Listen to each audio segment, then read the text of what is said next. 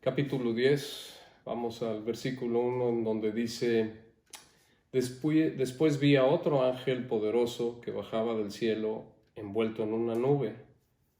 Un arco iris rodeaba su cabeza.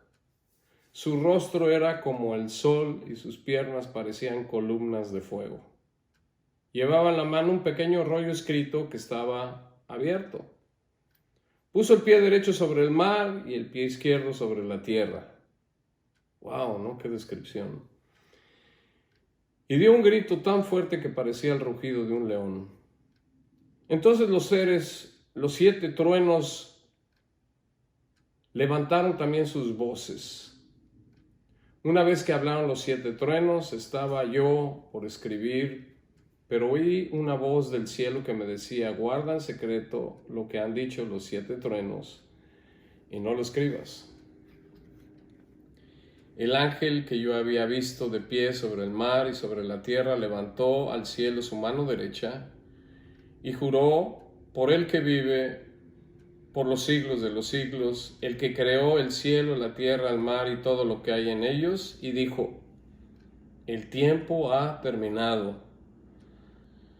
En los días en que hable el 7º ángel, cuando comience a tocar su trompeta, se cumplirá el designio secreto, tal y como lo anunció a sus siervos los profetas. Y entonces aquí tenemos la descripción de otro ángel. Dice: después vi a otro ángel poderoso que bajaba del cielo envuelto en una nube. Un arco iris rodeaba su cabeza. Inmediatamente mucha gente dice: es Jesús, pero no es. Dice: su rostro era como el sol. También una luz intensa, en sus piernas parecían columnas de fuego. Luego mucha gente ha interpretado: este es Jesús.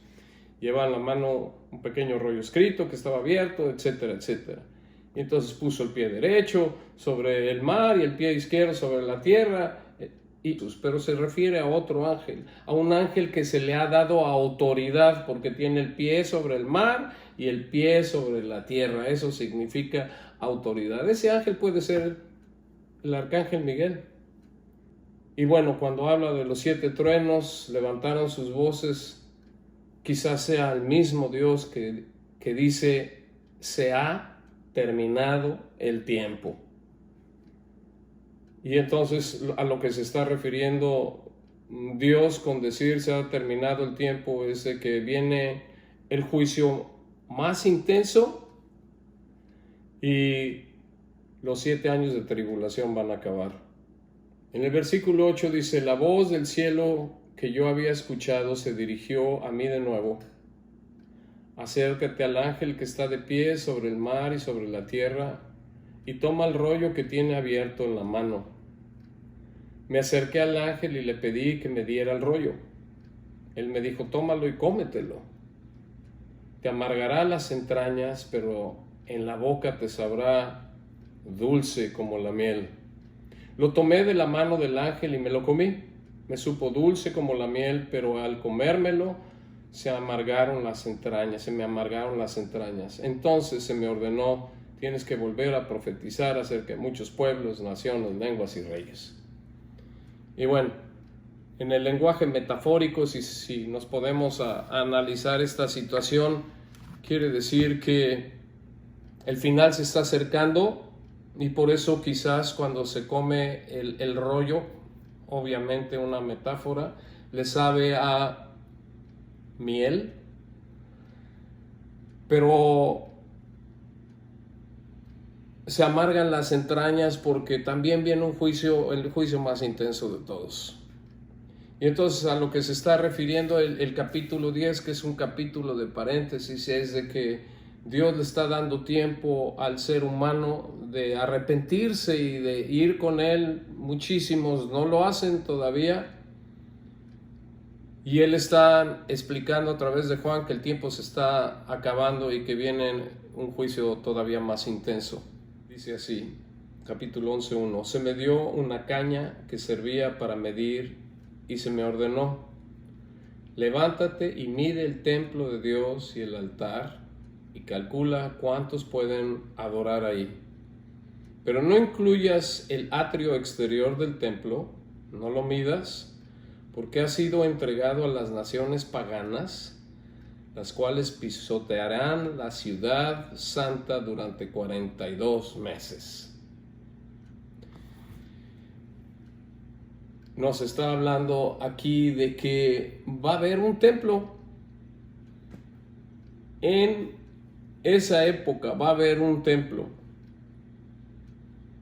Y que se le está pidiendo a Juan, está con esa visión de ver el templo en ese momento, se le está pidiendo que lo mida, pero que no mida ciertas áreas, porque resulta que esas áreas se le entregarán a los paganos que van a, dice, pisotear la ciudad santa durante 42 meses. Estamos hablando de 3 años y medio.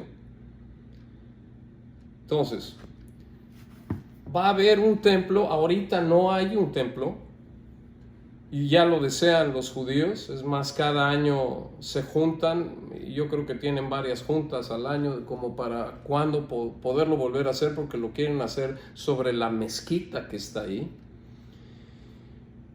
Y bueno, no hay un templo porque en la época de Moshe Dayan, un líder que tuvo Israel, cuando se le dio cuando en 1968, que ya fue una nación Israel, Moshe Dayan le dio la autoridad administrativa de esa montaña, de ese templo, a los musulmanes, y por eso no hay un templo ahí. Pero los judíos están constantemente viendo, pensando, y ya tienen los planos y todo lo que necesitan para volverlo a hacer, porque lo van a volver a hacer. Entonces, ¿cuál es un punto importante aquí? Que va a haber un templo ahí donde está esa mezquita en Jerusalén, y que yo antes pensaba que necesitaban construir el templo para que pudiera empezar la tribulación, pero no es así, porque ese templo, como vamos a ver en unos pasajes de la Biblia, lo va a desacrar el anticristo. El anticristo va a empezar la tribulación con un tratado de paz con Israel. Y a la mitad, a los 42 meses, como dice aquí, 42 meses o 1260 días, van a pisotear, como dice, van a pisotear la ciudad santa durante esos 42 meses. O sea, el anticristo va a desacrar el templo. Él se va a poner como si él mismo fuera Dios. Él se va a proclamar como si él mismo fuera Dios. Y lo podemos ver en el libro de Segundo de Tesalonicenses. El anticristo se opone y se levanta contra todo lo que lleva el nombre de Dios o es objeto de adoración, hasta el punto de adueñarse del templo de Dios y pretender ser Dios. O sea, el anticristo a los 3 años y medio se va a apoderar del templo y él se va a proclamar Dios. En Daniel 9:27, que estamos hablando del Antiguo Testamento, Daniel 9:27, fíjense lo que dice. O sea, por eso Dios ata cabos por todos lados. Daniel 9:27. Durante una semana ese gobernante, el anticristo, hará un pacto con muchos, empezando con Israel, pero a media semana pondrá fin a los sacrificios y ofrendas. Sobre de una de las salas del templo cometerá horribles sacrilegios hasta que le sobrevenga el desastroso fin que le ha sido decretado. Daniel también lo estaba profetizando de qué es lo que iba a pasar. Entonces, tenemos que el anticristo va a entrar al templo a los 3. Primero empieza con un pacto de paz con Israel. Todo parece, acuérdense del caballo blanco, entra pareciendo que es el Salvador y que va a traer paz, y después empiezan las cosas a pasar. A los 3 años y medio saca a relucir sus verdaderos colores y él se proclama Dios en el mismo templo de los judíos. En el capítulo 11 de Apocalipsis, versículo 3, continuando, dice: por mi parte, yo encargaré a mis 2 testigos que vestidos de luto profeticen durante 1260 días, o sea, 3 años y medio. Dios está hablando a través de Juan. Estos 2 testigos son los 2 olivos y los 2 candelabros que permanecerán delante del Señor de la tierra. Si alguien quiere hacerles daño, ellos lanzan fuego por la boca y consumen a sus enemigos. Así habrá de morir cualquiera que intente hacerles daño. Estos testigos tienen poder para cerrar el cielo a fin de que no llueva mientras estén profetizando, y tienen poder para convertir las aguas en sangre y para azotar las tierras cuantas veces quieran con toda clase de plagas. Entonces Dios está diciendo: el anticristo va a hacer lo suyo, pero Dios va a hacer lo suyo también.